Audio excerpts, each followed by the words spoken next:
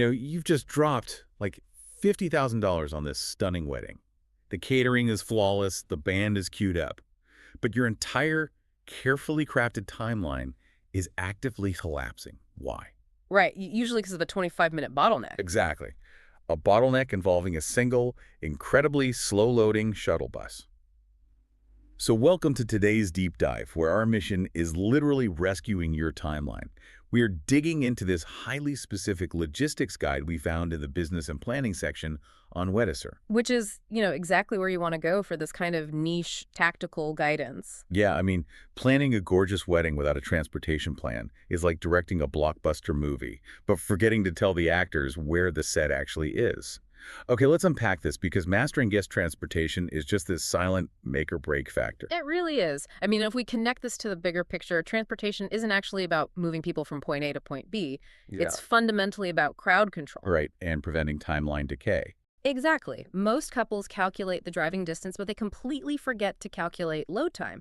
That's the hidden, 20 to 30 minutes it actually takes to physically herd 100 distracted cocktail-drinking guests onto a vehicle. Which is exactly where schedules die.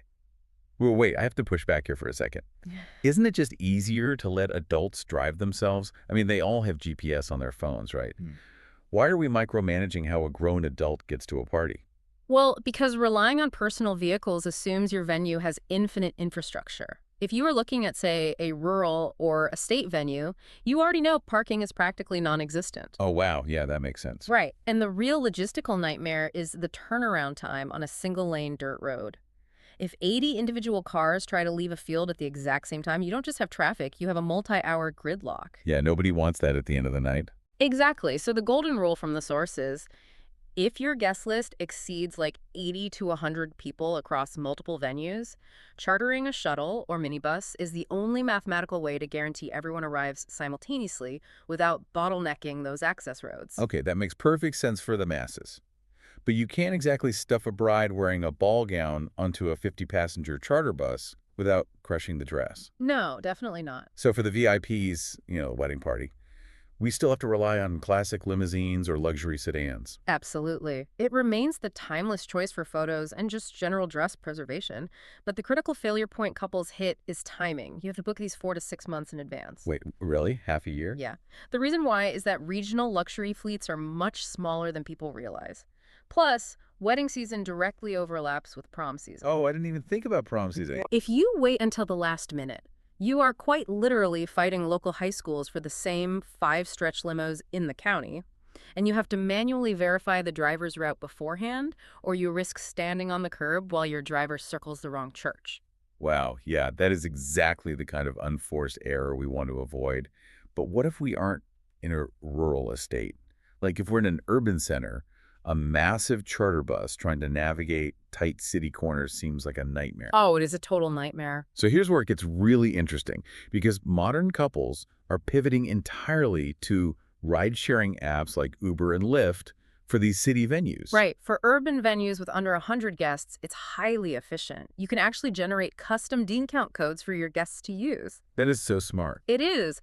But the mechanism that makes this actually work is establishing geofence designated pickup zones. You can't just have guests wandering blindly into city traffic. You have to define a specific digital pin so the cars come to a controlled staging area. Right, where vehicles are already naturally circulating. So it's basically a hybrid approach. Exactly a hybrid approach.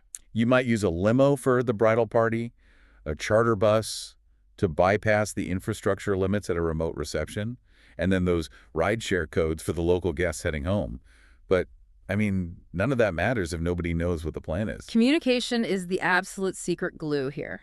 That transportation timeline has to be plastered on your invitations, the wedding website, the welcome bags. Literally everywhere. Everywhere.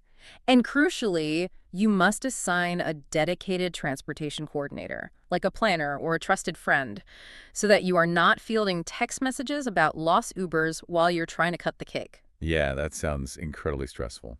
So what does this all mean? The bottom line is your guest count, your venue's physical infrastructure, and your budget have to dictate your strategy. Exactly. You can use platforms like Weddizer to map all this out with their logistics tools, but you have to plan the actual mechanics of movement, not just the destination.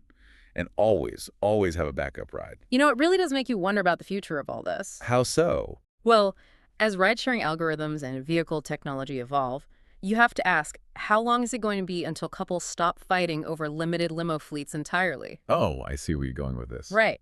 Instead, they'll just reserve a private swarm of autonomous self-driving cars to seamlessly and privately whisk you and your guests away at the end of the night. A synchronized fleet of ghost cars rolling up to the reception. Now that is how you guarantee the perfect getaway.